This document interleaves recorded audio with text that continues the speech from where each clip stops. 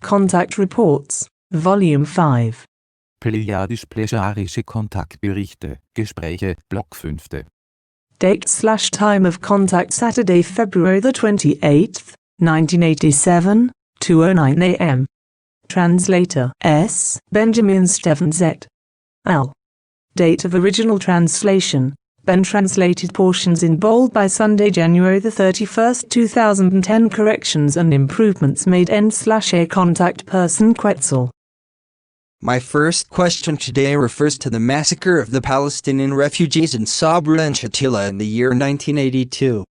We already talked about this once, but on the one hand, nothing was held in writing in relation to this, and on the other hand, your answer wasn't sufficient enough. The events were horrifying, with which more than 3,000 people were brutally and bestially murdered on the 15th or 16th of September, 1982. In addition, it was never determined as to who the real ringleaders, respectively main perpetrators, actually were, who gave the order for this massacre. Can you now say this clearly and plainly? I mean, who the main responsible person was or who the main responsible persons were. There were 3,468 people who lost their lives in the massacres. There were two real culprits, namely the Israeli Prime Minister at that time, Menachem Begin, and the Defense Minister, Ariel Sharon. Together, these two secretly decided upon the massacre, which Ariel Sharon then arranged with the Christian militias, respectively the responsible persons of Jamail's phalanges, with the promise that the Israeli occupation troops wouldn't intervene, following which the murderous militias could then freely enter the refugee camps and carry out their atrocities. Also with them were members of Henoch's army, who could likewise pass through the Israeli controls without difficulty and invade the camps of Sabra and Shatila and carry out their murderous work. Begin's and Sharon's secret agreement with the leaders of the Christian killer brigades never became known because all those who were responsible have remained silent to this day, and of course, they will continue to do so. But with what happened in the year 1982, it won't be enough, because Ariel Sharon, who thinks the Palestinians look better dead than alive, won't halt his murderous deeds. This will especially be so when he arrives at the highest power in Israel, by being proclaimed the head of state in the year 2001. As I've already explained to you, he is an unusually aggressive man and a Palestinian hater, as well as a murderous element that doesn't shy away from any atrocities, as this is also true of Begin. When Sharon arrives at great power, very much distress will come over Israel and its inhabitants, as well as over the Palestinians, because through his direct command, many open and secret service murders will happen. Through him, Israel will ignore and stomp on our liberties and human rights of the Palestinians more and more, as well as overthrow all political and human rights and rules, and spread and arrange murderous terror with enormous destructions. Through Ariel Sharon, very much disaster, evil and pain, suffering and death will be spread in the new millennium because he will be able to indulge uninhibitedly in his murderous and inhumane ambitions, in utter irresponsibility and in uncontrollable hatred against the Palestinians in particular and also against the Arabs, without any great and serious objection being raised against it by the Israelis or by the world. Nevertheless, if such occurs, then it will only be lax and dishonest. Ariel Sharon's actions will occur to the same extent as those of the Americans who, under the guise of the fight against terrorism and the preservation of peace, will run on the same tracks with their global military interventions in the affairs of foreign countries. However, both actions will be the same, so both Israel's and America's, namely of a terrorist, respectively counter-terrorist nature, as this will also be the case with the Palestinians and with Iraq, as well as other countries, so also with a variety of distinct terrorist organizations, including those that are secretly driven by the state and those of the secret services of the state. There, the world can look forward to and prepare for a lot of misery, murder and mayhem, suffering, destruction, hatred and vindictiveness, as well as many other evils. That is correct, for that will actually be the case. Then to something else. For now, I have, once again, heard of enough evil that the future will bring. How does it stand, then, with the progress relating to genetic engineering? You've already told me a few things, but now, In relation to this, the question arose in our group during a discussion: when will it have come so far that genetic science will merge plant and animal genes together, in order to cultivate plant animals, respectively animal plants? Do you have any knowledge about this? And does such an action represent the natural scientific evolution of man? The science of genetic engineering is established in the laws of overall evolution. Therefore, it also cannot be prevented, even though in the future, irrational ones, who will unite together in whole organizations, will want to destroy such progress by all unfair means, even with lies and with false test reports and impact reports on genetically altered plants, animals, and humans. However, genetic progress can't be stopped, in spite of all these irrational machinations of the genetic engineering enemies, because the laws of evolution will allow it that even this branch of progress will find its fulfillment through human genius. Of course, genetic engineering will need its time before it can function flawlessly, because every beginning requires efforts, researches, and mistakes that must be made, for only through these can qualified and real successes be obtained and can progress be created.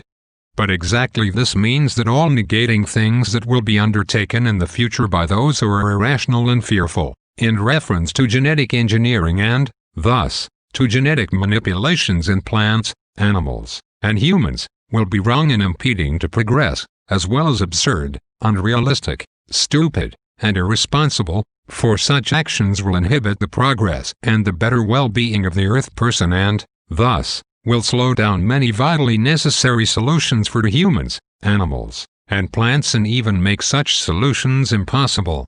Due to the irrationality and irresponsibility of the genetic opponents, it will be that a lot of genetic progress for all humans, animals, and plants, as well as waters and air, and even for all of nature, will be prevented for many years, even though life could be prolonged by centuries through genetic engineering and just through the genetic manipulation of the person, by what means his health could be so stabilized, namely in a few decades, that he would almost never get sick.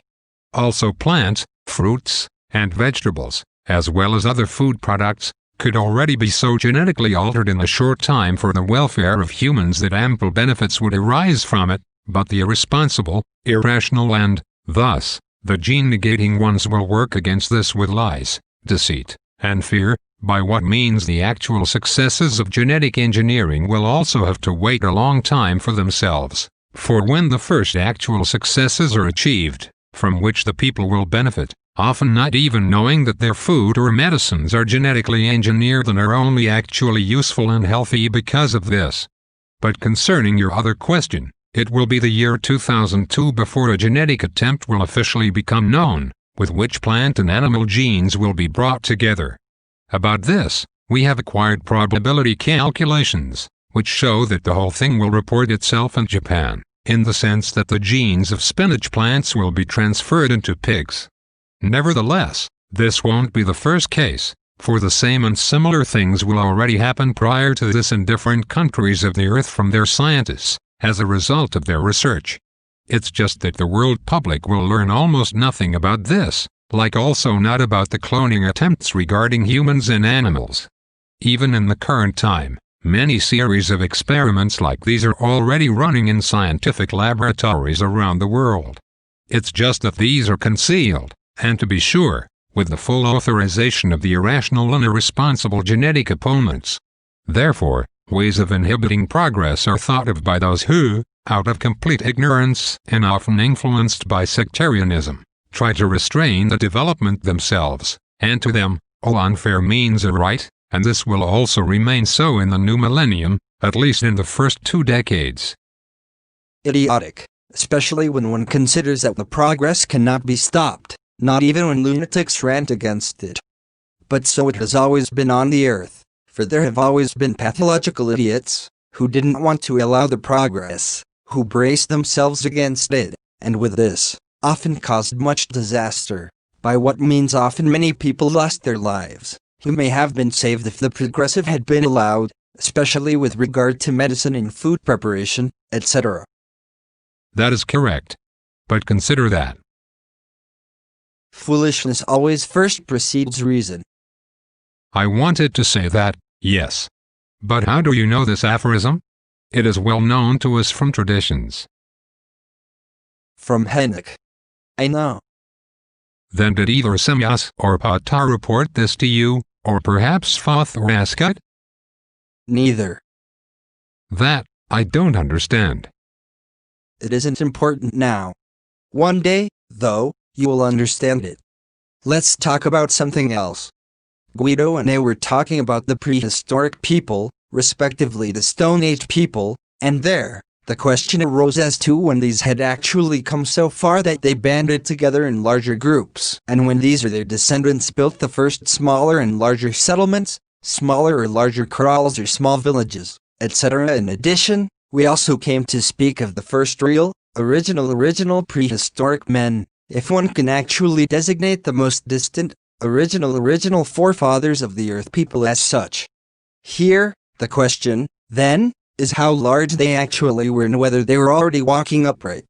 Also, we came to the first, respectively the leftover and subsequent animals, specifically speaking of the mammals that occupied the Earth after the extinction of the dinosaurs. The real interest was with the predators and the horses and even the large mammals and so on. What is also of interest to us is when the Earth's climate basically began to stabilize itself. Since these things also belong to one of your specialties, I guess that you can certainly tell us something about it. The Earth's climate began to stabilize itself around 35 million years ago.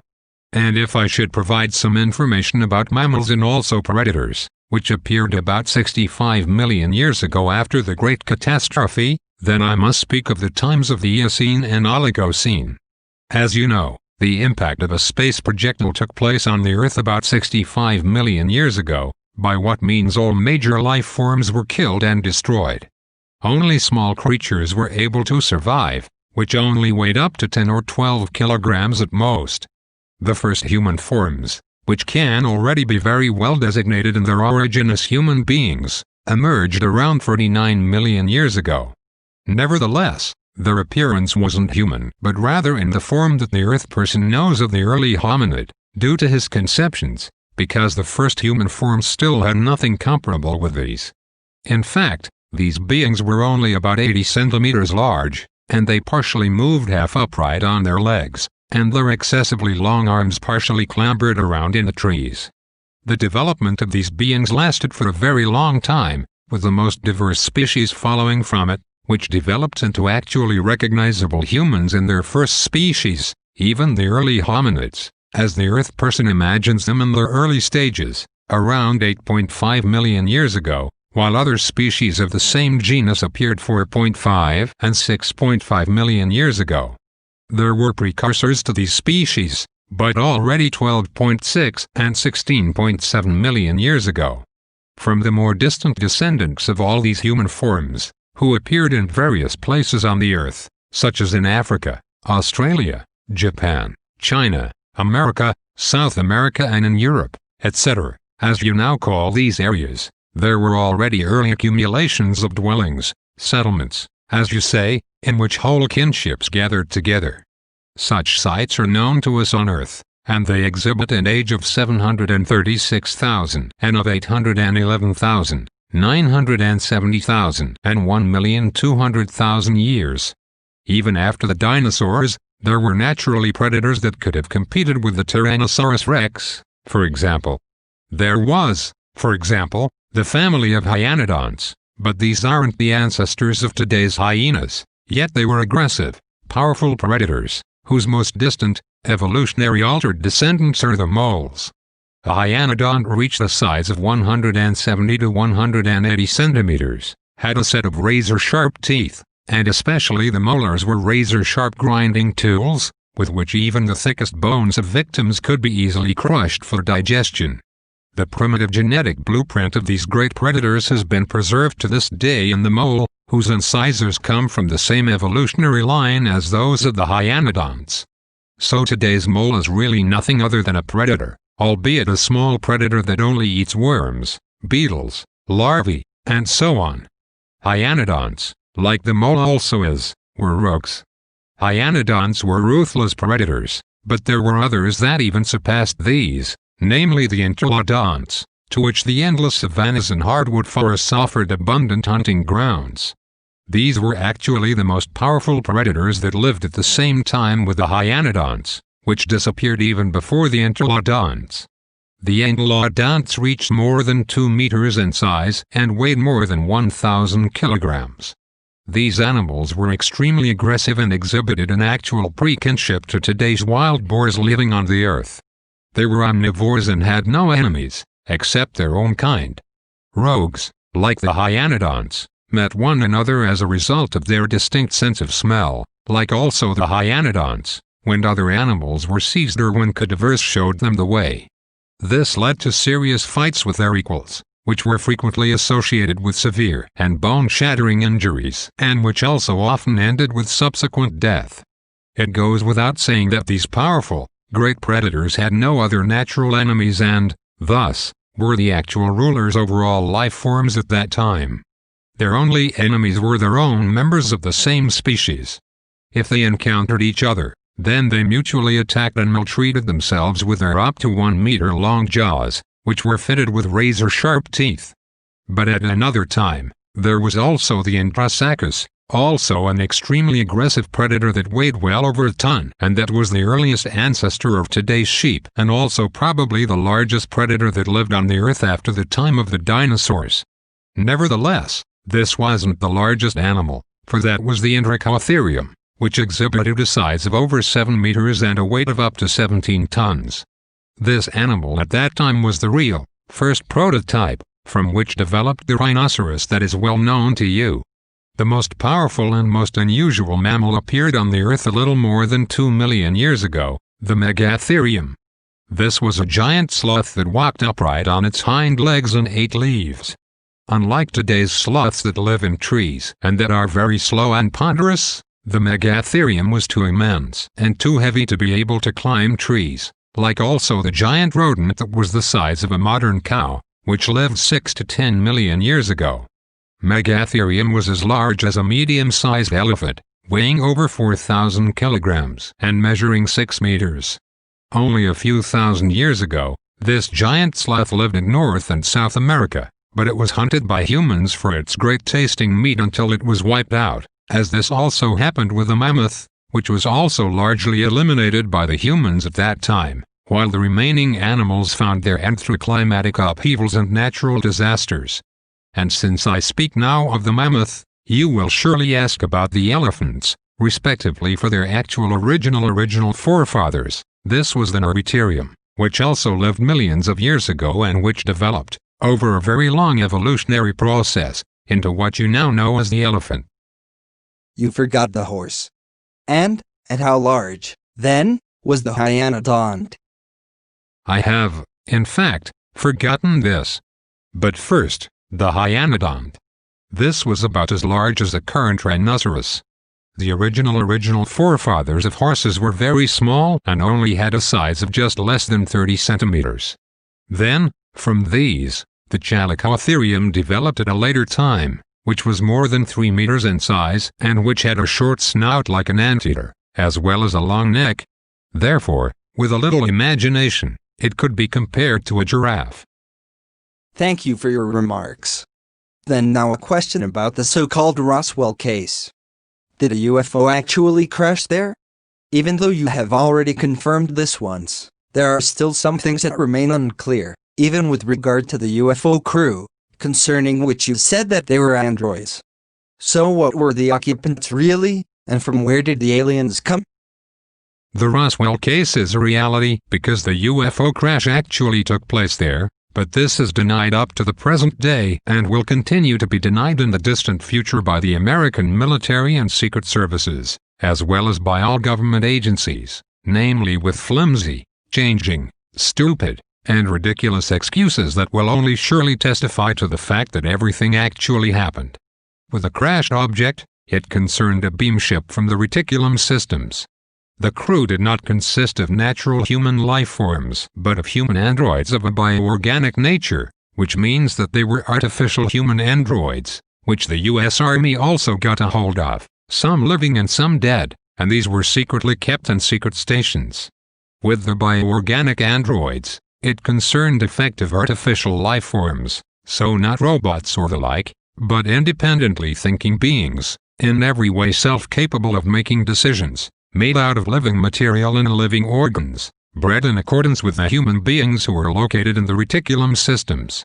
In Earth-human terms, these bioorganic androids bred by the reticulum people are actual life forms, and as such, they are respected by the reticulum people and are also appreciated and treated, for the androids are, indeed, artificial human beings.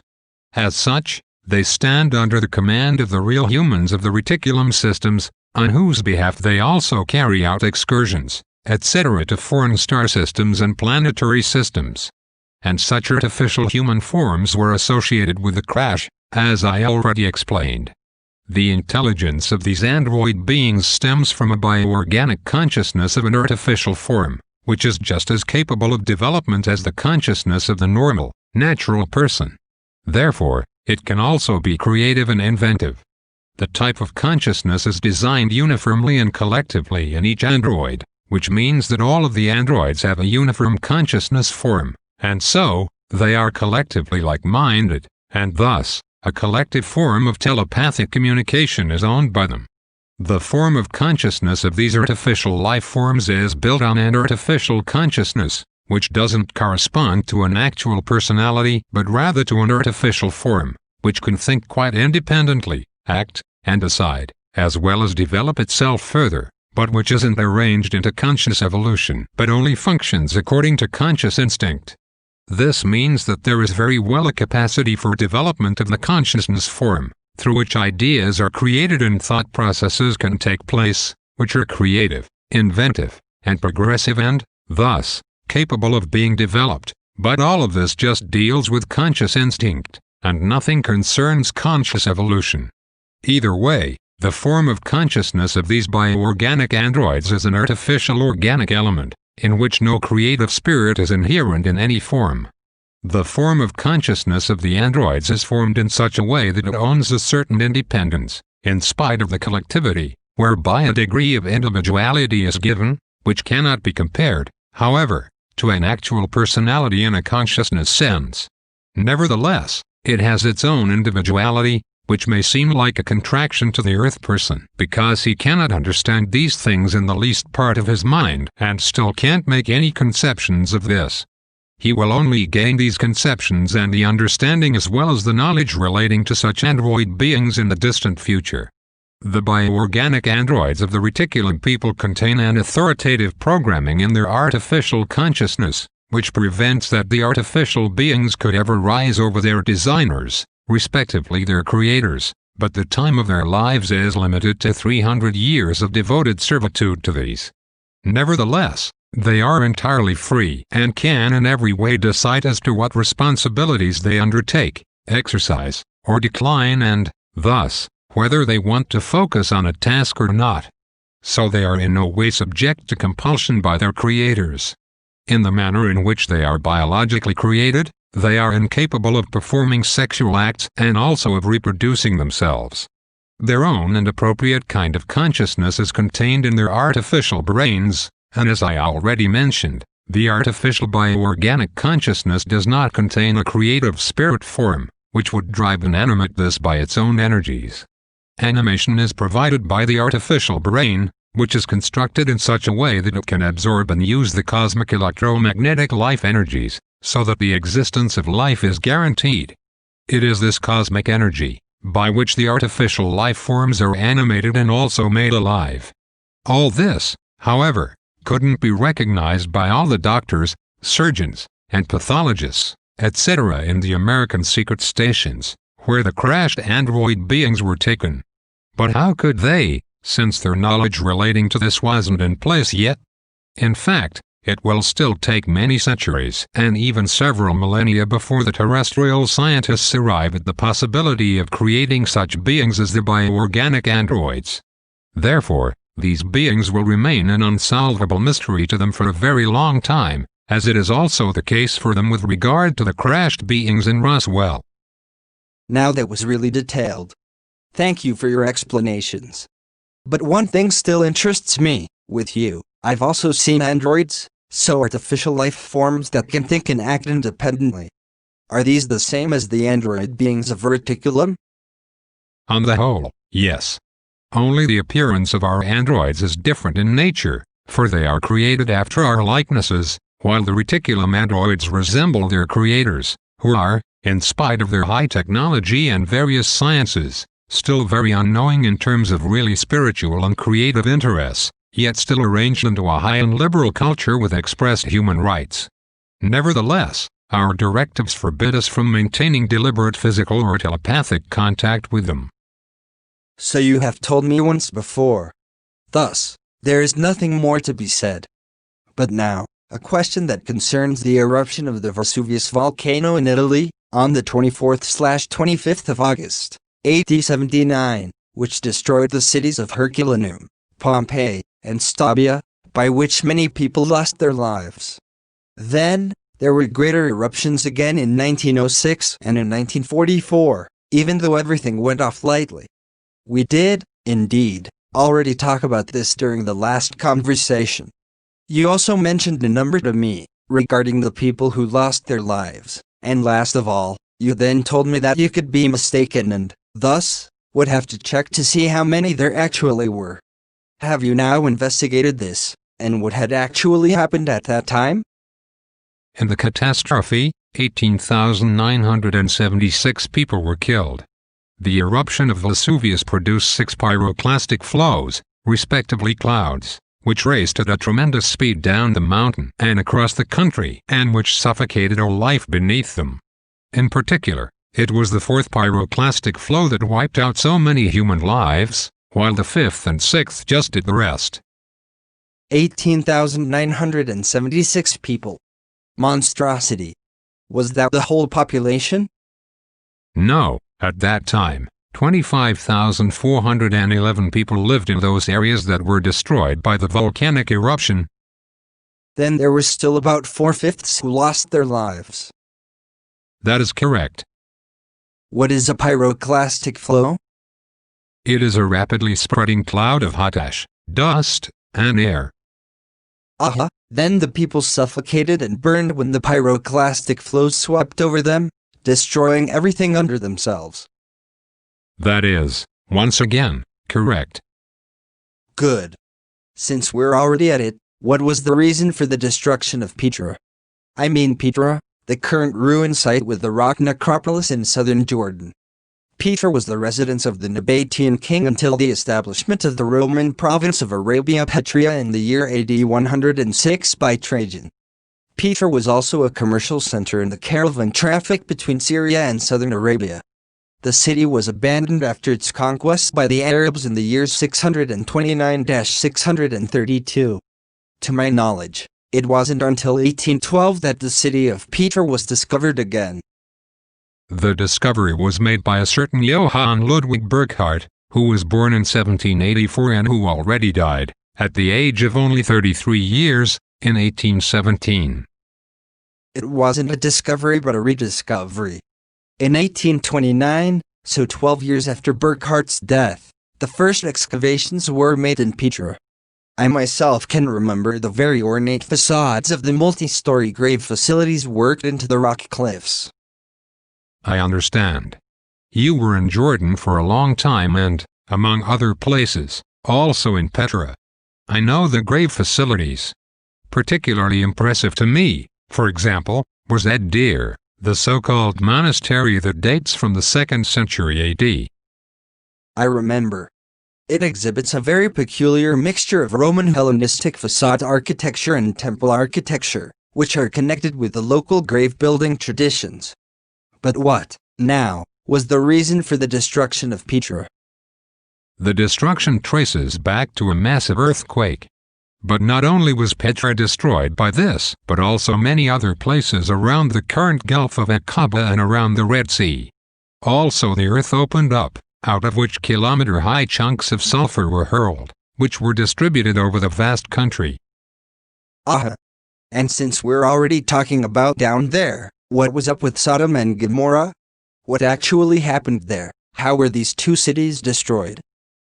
Several factors are to be mentioned. On the one hand, a meteorite fell to the earth and exploded high over the area of the two cities, which would now actually be designated as larger villages. This led to devastating destructions of both cities, triggering a massive earthquake, by which the earth was torn open, like in Petra, and by underground volcanic activity, small and larger chunks of sulfur were flung high and across the country, which also naturally caused much disaster, and by this, as also by the exploding meteorite, many people were killed. The remaining part of the total destruction was caused by the megalomaniac and crazy god of the Hebrews, an extraterrestrial who had his headquarters deep under the Pyramid of Giza. His punishment for the disobedience of the population of Sodom and Gomorrah against his commands was that he let two small atom bombs ignite over the two cities, which finally leveled everything to the ground, killing all humans and animals. Can you tell me, as a doctor and medical scientist, how the preferences for flavors and, thus, for certain foods and drinks basically develop in humans? The flavor preference of humans for certain foods and drinks develops, in principle, in the womb of the mother during pregnancy, which means that what the mother eats and drinks is decisive, and in particular, sweet and good, spicy food and drinks are of special importance. However, if there is an excess of certain flavors, which are received via the food or the drinks of the mother and passed on to the growing child in her womb, then an aversion to these particular flavors may very well arise, as this can also be the case if the mother does not take in certain flavors of food during pregnancy and the child is first confronted with such substances after birth. Then in some circumstances, growing children can become addicted, for example, to alcohol, medicines, or drugs, already in the womb during pregnancy? That is correct. Aha. Then another question, what actually causes ice ages? Ice ages result from climatic variations due to fluctuations in Earth's orbit around the Sun. You said that along with the fact that humans have contributed to the disappearance of the mammoths from the Earth, in the end, also climate changes were responsible for this. That's right. Humans very well eradicated the mammoth as far as possible, but the final extinction was caused by climate changes. The mammoth disappeared, yes, about 10,000 years ago. That only partially represents the truth, because the last of these animals still lived 3,500 years ago, on an island to the far north of today's Soviet Union. However, it is true that about 10,000 years ago, mammoths were very strongly reduced by humans, who hunted them very much for their meat, hides, and bones. The meat was used as tasty food, while the hides and the bones found use for the building of huts. Oh, so that's how it was. But tell me, what do you think of the developmental aid that is operated on the Earth for the underdeveloped third world countries? This is a wrong work of the Earth people that is incomprehensible to us because it goes against all rules of the self-development of peoples, but also of the dignity of all people, from whom all possibilities of self-development, self-initiative, and self-progression are irrevocably taken, as a result of such an irrational and irresponsible intervention. The earthly developmental strategy, respectively that of the developmental aid organizations and their supporters and implementers, regarding the developmental aid for the underdeveloped, respectively third world countries, is absolutely wrong because this irresponsible intervention in their affairs creates tremendous damage. As a result of this wrong aid, intervention is made in every form and in every branch of the developmental structure of the underdeveloped countries, which means that these countries and their people become dependent in every relation on the developmental aid and on the goods given to them by the advanced industrialized nations, as well as on all of their achievements, whereby they completely lose their independence. Thus, they lose their freedom, as well as the will for their own natural development. Therefore, they cannot make any more progress of their own. Against this, directives that are to be strictly followed would have to exist, which prohibit such developmental interventions that are usually carried out by effeminate, overhumanized, and false humane people of wealthy countries, as well as by adventurers. Developmental aid, as it is practiced on the earth by the wealthy countries and people, is not only destructive but also inhumane, for through this, the self-initiative of the people of underdeveloped countries is inhibited and made impossible. This is quite apart from the fact that the wealthy industrialized nations and their development supporters are, as a rule, only out for a profit, namely in the form that the developmental aid is merely intended to exploit the resources of the developing countries, etc. Overall, developmental aid, in the form that is operated by the Earth people, is destructive, inhumane, as well as progress-hindering for those whom the irrational and irresponsible aid is given. For third world countries and their people, the advanced achievements of the higher cultures aren't understandable. They aren't progressive for them and aren't beneficial. Therefore, they also can't learn anything from it because they lack the whole career-related development and the associated insights and necessary understanding. The whole development of learning is stifled by the developmental aid. Hence, no real progress can be made but only a dependence on the goods and products that are made available by the developmental aid workers and their advocates and organizations. Thus, a real development cannot result, but precisely this is necessary if the person wants to make headway and wants to form his progress by his own responsibility and self-initiative.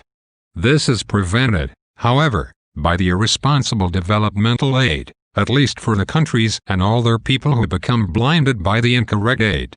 If there are a few clever ones from these countries and people who are exceptions, then this still doesn't justify the fact that entire countries and their people are developmentally intervened and made dependent on the advanced industrialized nations and are restrained in their self-development and self-initiative. These are some reasons why our directives prohibit such direct interventions in any human cultures, if these are lower than our own evolutionary state, in terms of consciousness development as well as with respect to medical, technical, and overall scientific development. And indeed, this refers to the overall development of all areas in sciences and, thus, not just to individual interests. That is clear and plain. But now, I would like to direct you specifically towards the future. You promised me that you would bring me material from the Prophecies of Henyk for the third millennium, or that you would give me various prophecies. Translator's note. With respect to the rest of this particular contact conversation, text below that appears in normal font is FIG's authorized and official translation. Text which appears in bold font is my own translation. Ben Stevens. Of course, I will keep my promise, but before I give you a clear account of the Prophecies of Henyk, I would like to point out that prophecies are always changeable and can be changed for the better if man makes positive changes in his thoughts, feelings and actions, leading to that which is better and positively progressive. Prophecies always rest upon specific causes. These again result in certain effects, whereby these effects can be changed at any time if only the preceding causes are changed in their form. Therefore, it is possible that negative or evil prophecies do not have to be fulfilled if the preceding causes will be purposely changed in a manner that positivity and good develop instead of negativity and evil. However, this does not apply to predictions, as these rest upon events that cannot be changed, are inevitable and surely and definitely will occur in the future. Predictions rest upon a preview and thus on a direct viewing of the future, and have to do with neither prophecy nor with calculation of probability. So when I make a portion of Henok's prophecies for the third millennium known to you, it does not mean that they have to be fulfilled, because the prerequisite of fulfillment in each case would be that the already existing causes continue to exist as also continue to be created in the future, so that a fulfillment of the prophecies can come to pass. Thus, provided that human beings of Earth will become reasonable, the possibility exists that by a reasonable change in the way of thinking as well as a reasonable development in feeling and an equally reasonable way of acting, everything changes for the better and positive, whereby prophecies do not have to be fulfilled. However, if this transformation does not occur, a very evil, wicked and negative time lies ahead for the Earth and its entire population in the coming new millennium. Since the Second World War, the thoughts, feelings and actions of the human being of Earth have changed much towards the positive and good, but all that achieved is not enough in my opinion, as the great transformation towards the better has not been achieved yet, neither by the mighty of this world nor all of mankind of Earth itself. In the years gone by, you have made many predictions and calculations of probability as well as mentioned prophetic facts concerning the economic, military and political situation on Earth, whereby I was requested to spread this information, which I indeed have done. Governments and newspapers, radio stations as well as TV stations, and many private persons worldwide were informed by me. But the entire effort did not achieve anything, because up to now mankind has carried on in the old manner and has paid no attention whatsoever to prophecies, predictions and calculations of probability. And the same will most likely be the case in the future, when I receive permission from you in the coming time to spread the prophecies of Henyk for the third millennium. But, nevertheless, I feel that Henoch's message for the future must be made known and distributed, because somehow it may bear fruit yet. You apparently never give up hope. Your optimism is honorable and deserves to be heard by human beings, but the way things have developed throughout this century, there is not too much hope that human beings of Earth will come to their senses and heed your words. This will then be the case only when the prophecies prove to be true or, even worse, have already come to pass. Probably only then will the time come when the defamations against you will end in regard to your contacts with us, although they will long continue to be vehemently disputed by your enemies as well as by pathological know-it-alls and critics who dismiss them as swindle, lies and fraud. The full truth about our contacts with you will be proven in the distant future, and then mankind will accept our help we offer through you, even when they erroneously assume we come from the seven-star system known to human beings of Earth as the Pleiades. Vesuvius and Petra already explained this to me. But tell us now what the new millennium will bring to human beings of Earth and the planet Earth according to the prophecies of Henyk. I will do that in a moment, but I would like to explain before beginning that I am not authorized to give exact indication of years in an official manner. Understood, but that is certainly a good thing. But I'd be grateful to you if you could present the prophecies in a modern, somewhat understandable language, for the better understanding of the people. The old manner of writing and speaking of Henyk might be incomprehensible to most of today's Earth people. This also means that an open language and presentation are desirable, just that the prophecies should not be given in riddles and mysteries, for if I have to publish everything, then open, explanatory, and unencrypted prophecies should be of value, because I think that only understandable prophecies can be of use, since though encryption, the interest of the people fades, for they can understand precisely nothing. My experience proves to me that people are much more responsive and will strive for a matter in more detail and with more interest if something is clearly and distinctly explained to them. Although it is true that through the encryptions of prophecies, etc., some anxiety is reduced, this will only become greater as less is understood, for then, wild fantasies begin to act and to agitate, by what means hellish anxieties and hellish pictures emerge. Your words are correct. Thus, I will offer Henok's prophecies in an understandable form. So listen, then, if the human being of Earth continues to live in the same way as he has done up to now, forming his thoughts and feelings in the same manner, indulging in the same actions as he has hitherto, then the words of the prophecies of Henyk could not be any clearer. The point in time at which these prophecies will begin to be fulfilled will be when a pope will no longer reside in Rome. All of Europe will then fall victim to a terrible punishment by evil powers. The Christian religion will collapse and the churches and monasteries will end up in ruins and ashes. Monstrous forces will be created by science and will be released by the military forces and armies as well as by terrorists, causing great destruction. Millions and even billions of people will be killed by acts of terrorism, by wars and civil wars. And finally, in some parts of the world, every third human being, and, in other places, every fourth human being, will lose his or her life. The nations of the East will rise against the nations of the West against the East. Many deaths will be inflicted upon the people by fighter and bomber aircraft, and bombs and rockets will destroy and annihilate smaller and larger villages and cities. The people will be completely powerless against all this and will live through 888 days of hell on earth, suffering hunger and plagues which will claim even more lives than the war itself. The time will be severe as never before experienced on earth. Ultimately, nothing can be bought or sold any longer. All provisions will be rationed. And if a human being steals even a small piece of bread, she will have to pay for it with his or her life. Many waters will mix with human blood and turn red, as once in the past the Nile in Egypt turned red with blood. And it will be that the fanatics of Islam will rise up against the countries of Europe, and all will shake and quiver. Everything in the West will be destroyed. England will be conquered and thrown down to the lowest level of misery. And the fanatics and warriors of Islam will retain their power for a long time. However, not only Europe will be affected but ultimately all the countries and peoples of the earth, as the great horror expands to a war that will encompass the entire world. After the turn of the millennium, the papacy will exist only a short period. Pope John Paul II is the third from last in this position. After him, only one additional pontificate will follow. Then a Pontifex Maximus follows who will be known as Petrus Romanus. Under his religious rule, the end of the Catholic Church will come, a total collapse becoming inevitable. That will be the beginning of the worst catastrophe that will ever have befallen the human beings and the earth. Many Catholic clerics, priests, bishops, cardinals and many others will be killed and their blood will flow in streams. But also the Reformed version of Christianity will become just as infinitely small, as does Catholicism.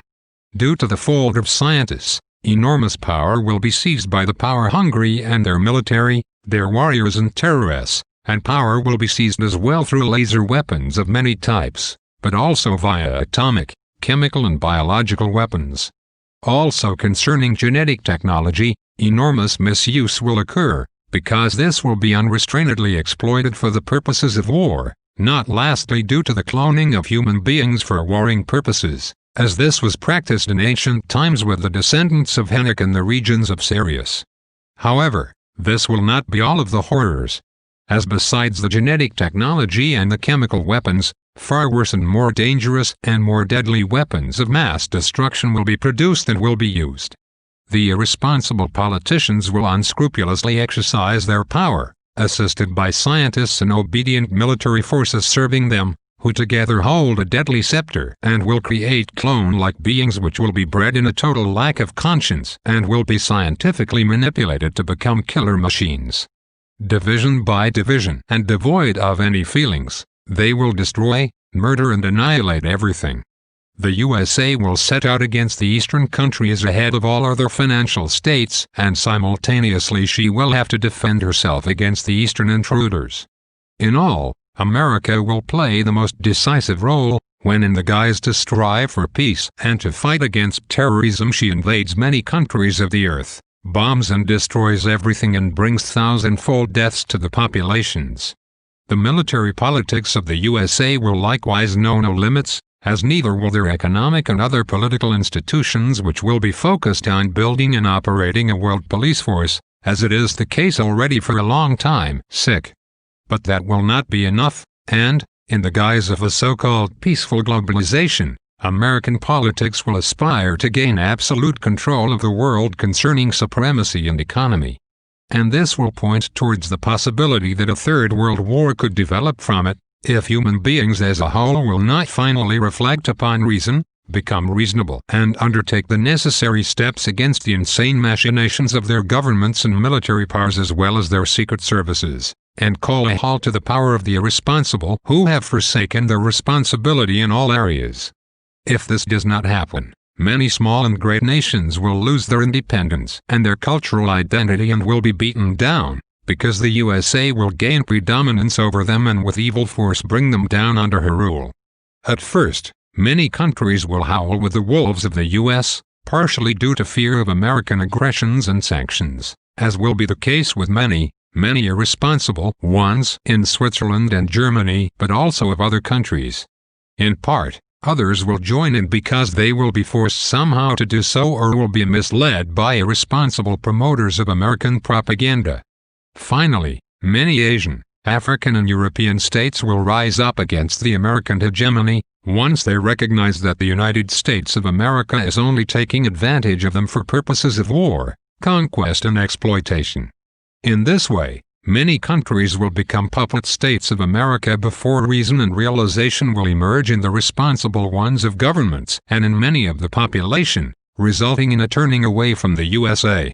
However, The Great War will hardly be avoidable because the human beings of Earth will probably not accept the directions towards the better, therewith towards true love, true freedom and real peace, striving instead only towards wealth, pleasure and riches and for all manner of material values and unrestricted power. Thus, huge and deadly formations of tanks will roll across the countries while fighter planes and rockets sweep through the air and bring death, ruin, destruction and annihilation to countries and people. And the bad time will come, during which also the militaries and armies will cause out of control, great, wild and evil devastations and unimaginable massacres of the people, who will be forced to watch the wild activities powerlessly.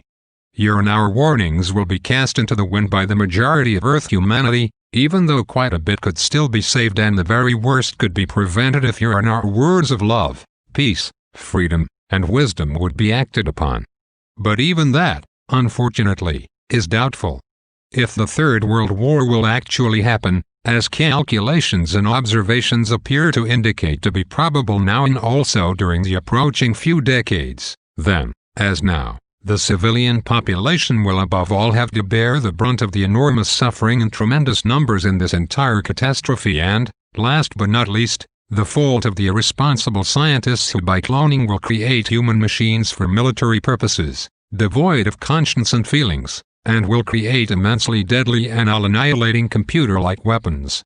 At the same time, the danger could become reality that the human combat machines, the military clones, will gain their independence and under their own management will bring death, devastation, destruction and annihilation to the human beings of Earth and to the planet. The entire planet will become an arena of unparalleled suffering, which will never have existed before on Earth up to that time. The cruel happenings will last about 888 days and cause civilization to collapse.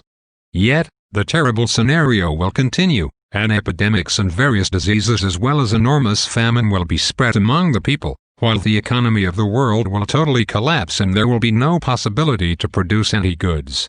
Needless to say, all foods and medications, etc. will be rationed, and anyone who lays their hands on these goods will be put to death. The insanity of war will extend not only across the land, but the disaster will equally be spread to the oceans, into the atmosphere, even into outer space. But there will also be settlements under the ocean that will be developed in the course of the future, and these will be attacked and destroyed, claiming the lives of many thousands of people. However, a certain maelstrom of destruction will also originate from the undersea facilities.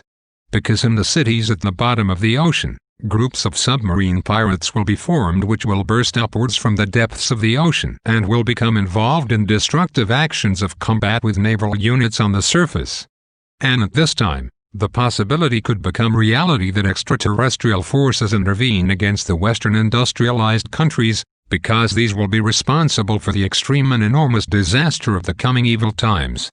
These extraterrestrial forces will give up their anonymity and their state of secrecy and will assist those who are being terrorized by the irresponsibly acting Western countries, should this possibility become reality. In addition, apocalyptic natural catastrophes will occur which will cause all of Europe to shake and tremble, but Europe will continue to exist, even after having suffered enormous destruction. Far in the West, it will be different. The United States of America will be a country of total destruction. The cause for this will be manifold. With her global conflicts which are continuously instigated by her and which will continue far into the future, America is creating enormous hatred against her, worldwide, in many countries. As a result, America will experience enormous catastrophes which will reach proportions barely imaginable to people of Earth. The destruction of the WTC, that is, the World Trade Center, by terrorists will only be the beginning. Yet all the apocalyptic events will not only be brought about due to the use of unbelievably deadly and destructive weapons, such as chemical, laser and others, and by cloned murder machines. But in addition to this, the earth and nature, maltreated to the deepest depths by the irresponsible human beings of Earth, will rise up and cause destruction and bring death onto the earth. Enormous firestorms and gigantic hurricanes will sweep over the USA and bring devastation, destruction and annihilation, as this from time immemorial never before will have happened. Not only will America, but also all other Western industrial countries which still live at the beginning of the new millennium in the delusion that they could dominate and rule over underdeveloped nations, that is, third world countries, will not only soon lose influence over these but must defend themselves against them. According to the prophecies of Henyk, the truth about industrialized countries is that they only seem to appear to be true civilizations, but in fact they are not. Because more and more, at the end of the 20th century and at the beginning of the third millennium, they will disregard all true love, true freedom and true wisdom as well as true peace along with all values of humanness and all values of men's and women's true being. But not even all the terrible happenings will hinder the USA in continuing to proceed with her actions against all countries.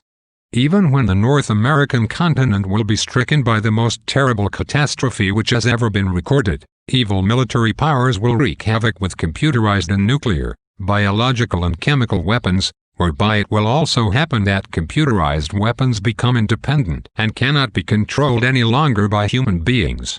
Overall, this is the most important part of Henok's prophecies. But there is still more to explain, if I may ask you for it. At least, that is what you told me. You are untiring. So I will point out a few more important facts of the prophecies. As of now, new epidemics have spread among the people of Earth. However, as Henoch prophesied, quite a number of further epidemics will follow. Not only AIDS will occur worldwide in the 1990s, but also epidemics such as the so-called mad cow disease, that is, BSE, out of which different strains of Creutzfeldt-Jakob syndrome will develop, lasting well into the new millennium. Also, an epidemic known as Ebola will cause many deaths, as well as other unknown epidemics and diseases which will sporadically arise in epidemic proportions and will be new to the human being, causing great concern. However, most of the evil will be brought about by politics.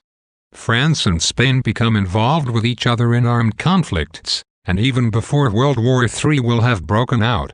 Yet France will not only engage in armed conflicts with Spain, for within her great unrest will arise, leading to upheavals in civil war, as will be the case in Russia and Sweden. Especially in France and Sweden, machinations as well as dictatorial regulations of the European Union will cause much unrest and many uprisings, but also crimes committed by gangs and organized criminal elements in these countries will cause unavoidable civil wars. 237. In addition, significant tensions will arise between the native citizens and immigrants from foreign countries, who as a rule also observe religious beliefs different from those of the native populace. And in the end, this will lead to severe conflicts. Hatred against strangers, foreigners and people of different religious beliefs will be the order of the day, as well as the rise of neo-Nazism, terrorism and right extremism. Conditions similar to civil war will be in England, Wales and Northern Ireland and claim many lives. The Soviet Union will be dissolved in this decade or at the latest by the beginning of the next. The man decisive for this action will be Mikhail Gorbachev. But this will not lead to rest, because the new Russia will continue its long-standing conflict with China over Inner Mongolia, with the result that Russia will lose a portion of this territory to China. And China becomes dangerous, especially to India, as also at this time China maintains uneasy relations with her. China will attack India, and if biological weapons are used, around 30 million human beings will be killed in the area of and around New Delhi alone. However, this will not be the end yet, because the effect of biological bombs and missiles, etc., used cannot be controlled at that time, and terrible epidemics unknown up to that point in time will arise and will spread quickly to many areas. Also, Pakistan will allow herself to be misled to instigate a war against India, which will be especially dangerous in view of the fact that both countries are developing atomic weapons. Yet Russia will not rest and will attack Scandinavia, and in doing so will embroil all of Europe. And months before that, a terrible tornado will have swept across northern Europe, causing great devastation and destruction. It must still be stated that the Russian attack will occur during the summer, in fact, starting from Archangelsk. Denmark will not be dragged into the war, due to the insignificance of this country. Yet Russia will not be satisfied with this action of war, as her will for expansion will be ravenous. And consequently Russia will launch a military attack against Iran and Turkey and will conquer these two countries in bloody fighting, causing enormous destruction. In the Russian expansionist mentality will also be included a drive to gain control of the Middle Eastern oil deposits as well as to gain control of the southeastern region of Europe. Therefore, she will also invade the Balkans and conquer these countries there in enormous battles, causing ruthless and devastating destruction with many deaths. This will be at the time that tremendous natural disasters will hit Italy and its people, causing severe hardship. But this will also be at the time when Vesuvius could become active again and could spread tremendous havoc. At the same time, a war will shake Italy and claim many human lives as well as cause great destruction. Destruction of war will descend on the northern countries as strong military forces will invade them from the east and will pillage and murder as well as use bombs and missiles, like hail coming down, and hitherto unknown weapons of laser and computer-controlled types which will destroy and annihilate everything, whereby the first target will be Hungary and after that will follow Austria and northern Italy. Switzerland will also be severely affected, but will not be the actual target. This will be France and Spain. However, the main objective of the aggressors will be to bring all of Europe under their military control, and for that purpose France will be selected to be the headquarters. France will not only be invaded by the aggressors from the outside, but will also be conquered from within as a result of collaborative forces and other forces. This can be envisioned as being the many foreigners of a different religion living in France at that time, and specifically Islam, which will be this force working from within. Once France has fallen, a war to conquer Spain and England will take place. Subsequently, an alliance with the forces of the aggressors will be formed, which will invade Scandinavia. For all these French-based military operations, the weapons of mass destruction stored in the arsenals of France will be used and cause evil devastation, destruction and annihilation. The aggressors from the east will force the French army to join their military forces and lead a war of conquest against the northern countries of Europe, invading and conquering Sweden and Norway. Subsequently, these northern countries will be annexed by Russia. Military forces will also attack Finland, whereby many will be killed and an enormous destruction will be caused, after which the complete dissolution of the country will occur and the Russian forces will settle in it for a very long time. This, then, will also be the time, during which the German citizenship will even fight in a civil war and, at the same time, attack a large army from East Germany. But the country and its population will be able to free themselves from the yoke of the aggressors again. It's just that they will still fall into the hands of the invading military forces. After a certain time, then, the nations will rise up against the aggressors and intruders. Therefore, a European-wide liberation struggle will break out. At the same time, as a civil war rages in Germany, an enormously bloody revolution will break out in England, which will claim more lives than will be claimed by the civil war in Germany.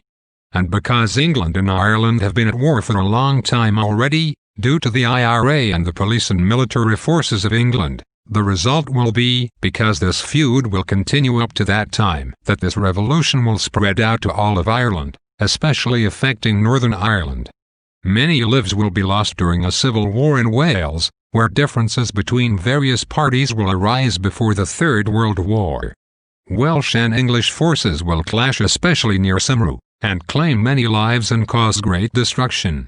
But death, destruction and annihilation will not only rage in Europe but also in America, where much suffering will have to be endured and many deaths as well as destruction and annihilation will be.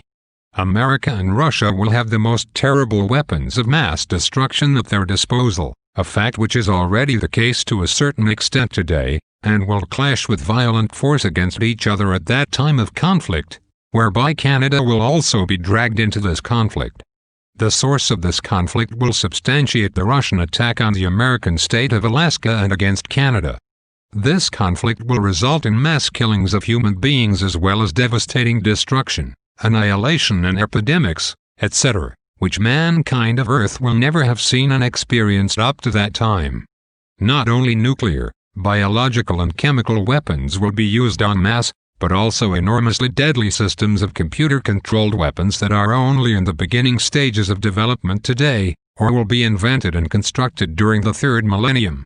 As already mentioned, enormous natural catastrophes and rolling walls of fire and violent hurricanes will rage all across America, while, in addition, all the terrible effects of war will bring thousandfold deaths, destruction and annihilation. America's largest cities will be absolutely destroyed, and firestorms will cause great disaster and misery.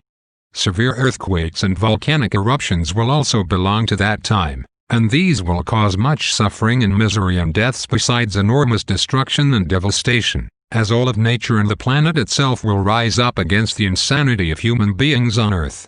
However, tornadoes, earthquakes and volcanic eruptions will not only rage in America, but also in Europe and in the rest of the world. These activities have already begun at the present time, also during the past decades, with the exception that they will become increasingly more devastating in the future. And man of Earth is guilty for the most part today, as also in the future it is man who will destroy the entire environment, all of nature, the atmosphere, water and all the resources of the planet. And through this, a shifting of weight inside the Earth takes place, caused for example by the creation of gigantic lakes by damming and by creating hollow caverns due to the exploitation of petroleum and gas, etc. And thereby unnatural inner Earth movements are created, which also lead to unnatural tectonic effects and cause earthquakes and volcanic eruptions, which also in turn cause enormous climatic changes, resulting in horrendous tornadoes of devastating proportions which in the end will set their destructive energies free on the entire world. All of this will lead to increasingly horrible floods and unusually massive snowfalls which will advance to the southern countries and finally even to the equatorial regions, because through the insanity of human beings the Earth has begun unnoticeably to spin strangely as a consequence of atomic explosions inside and on the surface of the Earth. And this will be the reason that the planet will slowly but surely enter an extraordinary spinning orbit around the Sun, while the first phase is already occurring, which causes a change in climate, leading to a new ice age.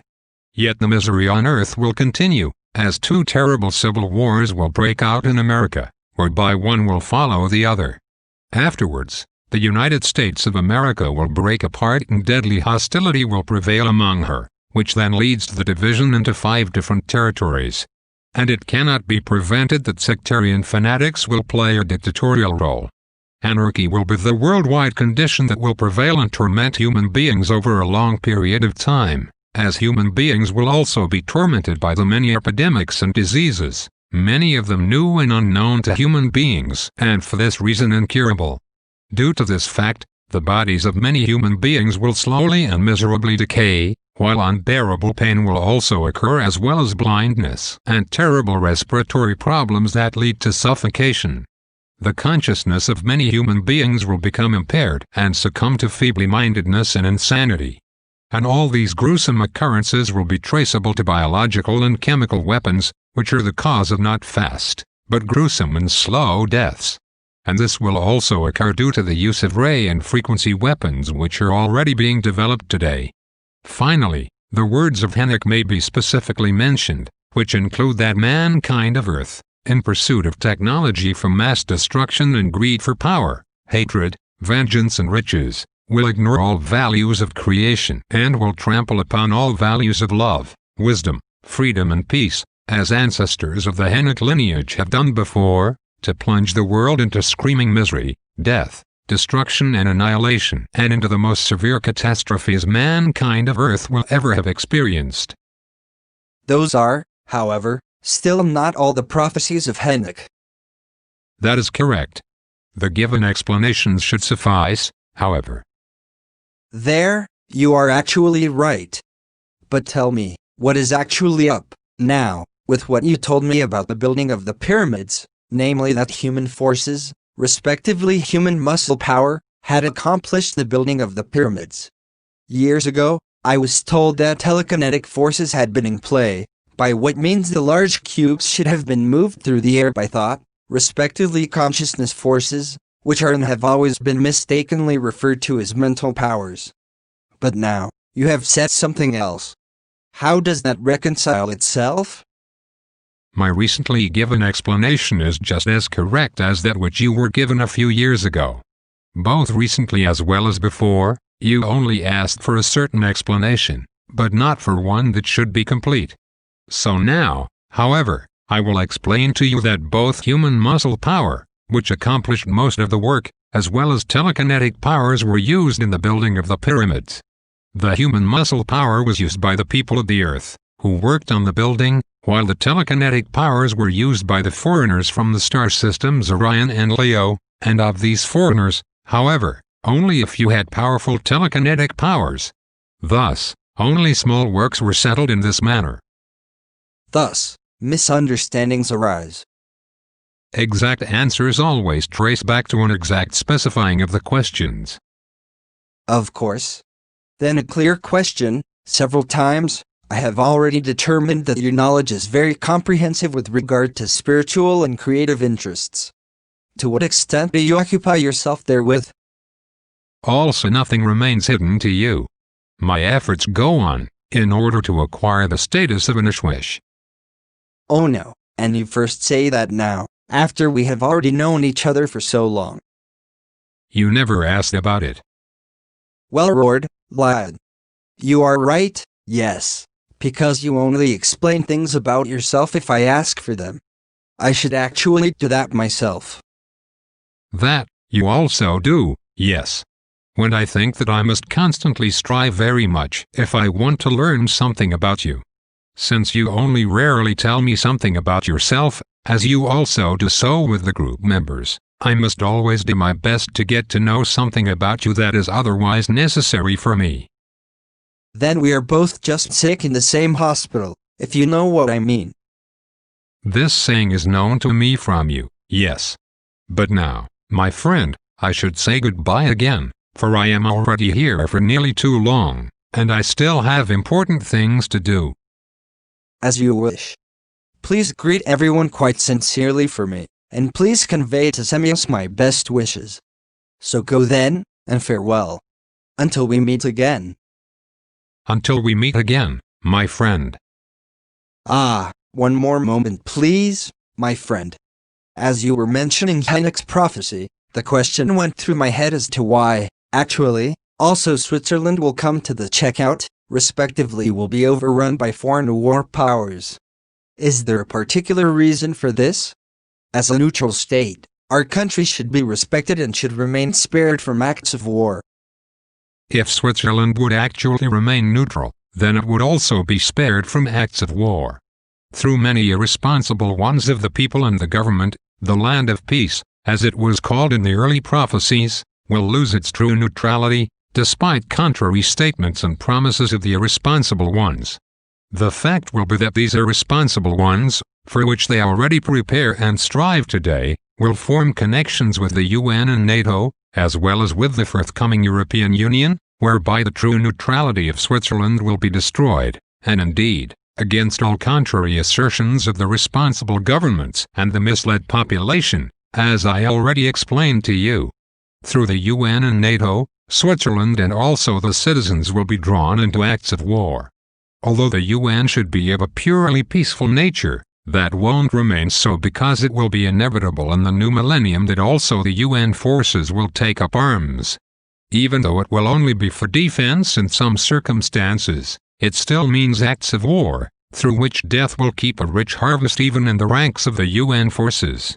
Nevertheless, that won't be everything, for the idea of creating a European Union has already arisen in various high leaders of Europe, through which the people, who will comprise it, will be greatly limited in their freedom, as well as the various provincial governments that will sell off their countries entrusted to them to this European Union, which will exhibit very strong dictatorial tendencies.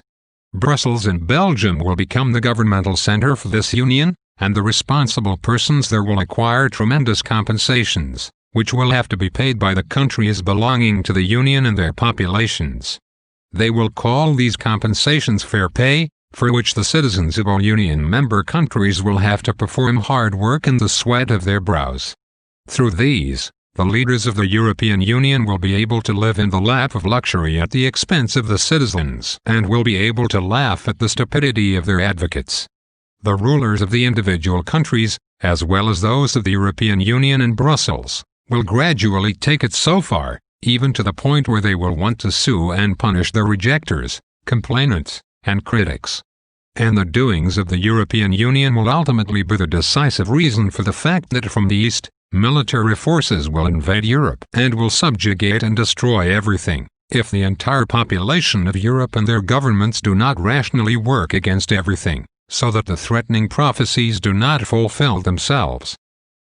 When should these connections with the planned European Union come about, then? I mean with regard to Switzerland. The beginnings for this will already be established by the leaders of the government of Switzerland in the coming 90s, but the actual connections won't come about until the next millennium. The irrationality of both the government and the majority of the Swiss people will, unfortunately, be more powerful than their reason.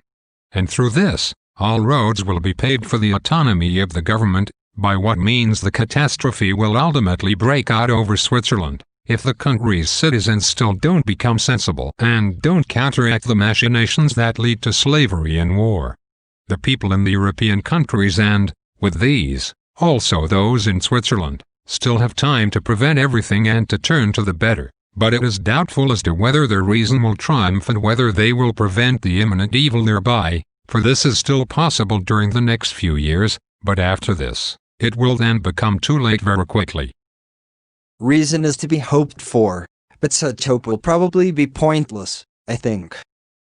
As well as everything looks, you'll probably be right. Unfortunately. It would be right of me if you would still say a few important things, and if you would mention some aspects that are important for the Earth people. I can do that, yes. However, this requires that I inform someone about my extended absence. Wait a moment. Yes, it's okay, I can postpone my task.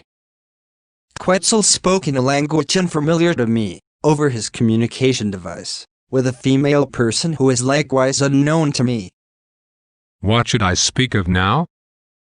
Let's hear something in the sense of what you extraterrestrials have to tell us Earth people in general, regarding behavior and development, love, knowledge and wisdom, as well as regarding peace and truth, etc. and your kind. You are all very highly developed and extremely loving beings, who have overcome all acts of violence, and we wish that we sorry earthworms would also free ourselves from the illogical violence.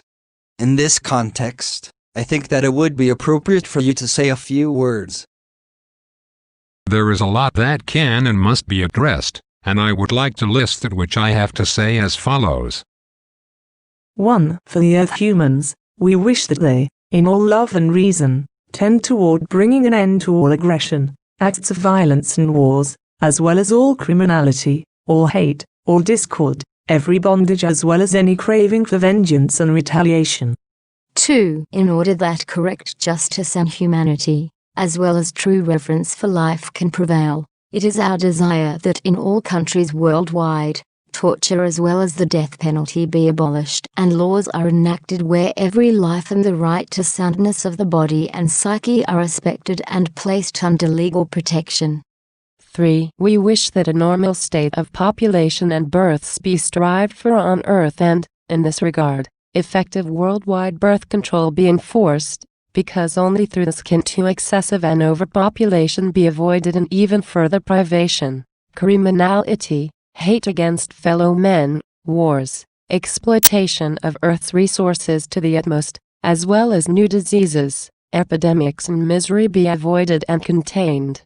4. A means of food production should be strived for on earth among all people, and these goods should be distributed in such a manner that the misery of hunger no longer develops and, therefore, all people have enough food. 5. Earth humans should no longer be destructive in all areas of science and in the cultivation of land and forests, as well as water utilization, etc., but rather be constructive and progressive. This also refers to the preservation of a healthy atmosphere and ever more threatening climatic change, with reference to that which originates through human fault. 6. Earth humans should consciously unfold in the forms of love and knowledge, as well as in true humanity, and recognize creation given evolution as their highest goal and meaning of life. 7. Earth humans should utilize their sciences in such a manner that true, positive progress develops in every respect. 8. The cognition, knowledge, experience, as well as wisdom should grow within Earth humans, that they are not the only human life forms in the entire universe and are, furthermore, but a fraction of the whole within the universe. 9. True peace as well as true love and freedom should finally prevail on Earth and among all human beings regardless of skin color, race and faith, without hate, revenge, jealousy, craving for retaliation, privation, misery, murder, homicide, terror and wars. 10. It should come to an end that the countries of Earth, even the poorest and most underdeveloped among them, maintain armies that are armed to the teeth and senselessly burn away innumerable sums of money in the billions which could, and should, be used for the true well-being of the people. Thus, it should finally cease that politicians and the military, as well as the most diverse organizations everywhere in the world, talk about peace and freedom, love and humanity, in order to justify tremendous financial expenditures on the one hand, and on the other hand, to snatch up even more of these funds for purposes of war and terror, and to heat up the weapons industry so that further acts of terrorism in war can be carried out with the new weapons. 11. It must finally come to an end on Earth that human beings with other forms of conviction as well as different faith, skin color and race are hated, pursued, tortured and killed. 12. It must come to an end that umpteen thousand tons of food are criminally destroyed on a daily basis for reasons of profit or, due to low market prices, they are simply thrown into rivers, fed to livestock or left to rot away. Food which would spare millions of people from a death by starvation, in particular women and children who are the ones bearing the most misery in this regard. 13. It must come to an end that Earth humans as a whole face all their enormous problems helplessly and powerlessly, because all the profit-greedy, irresponsible and unscrupulous ones are able to conduct their criminal affairs unrestrained without being held accountable for them, as are also the governmental persons of responsibility who are incapable of administering their office within the framework of a just and appropriate leadership in order to resolve the mounting problems. 14. Most urgently, the Earth human must learn to bear his own responsibility and consciously act in a progressive manner in accordance with this. It can no longer persist that the responsibility is simply shifted onto someone or something else, because the individual is responsible for all of his own thinking, feelings and actions. The individual must recognize and adhere to his responsibility, because only when the individual begins recognition of his responsibility and adheres to his responsibility will the next person be prompted to do the same, whereby others, in turn, will join in, and finally the whole of Earth's mankind will be taken up by it. 15. If the individual person feels the need to actively do something to change the world, its human beings in particular, this actually is within his power, but only in such a manner that he be an example to his fellow man and fellow men. Thus every person has it within him/herself to begin a change for the better, toward peace, love, freedom, progress, as well as toward knowledge and wisdom. Everyone must make a start by himself and also discover the way to a free and happy life on his own. Each person must first acquire an optimistic attitude solely for himself, and from this will initially result the progress of expansion through which his fellow men will be prompted and will join in. And if people think consciously in this direction, then they will make the amazing discovery that all means and all hopes for a true progress exist only when they start everything by themselves. 16. The human being must recognize, discover and experience, in detail through his own cognition, what his true, innermost being is and how it relates to the external personality. 17. Unfortunately, Earth humans have generally assigned top ranks or top status to political, economic, scientific, military, material and financial values. These, however, are non-values that bring tremendous damage through which the well-being in physical and psychological aspects is impaired, as well as the consciousness-related development of the individual and even of the whole of mankind. As a result, the true sages and philosophers have vanished, making room for the wannabes, with respect to wisdom and philosophy, who frequently inundate the world and its mankind with horrendous nonsense that has nothing to do with reality, correctness and conformity to laws of the spiritual energies in creation.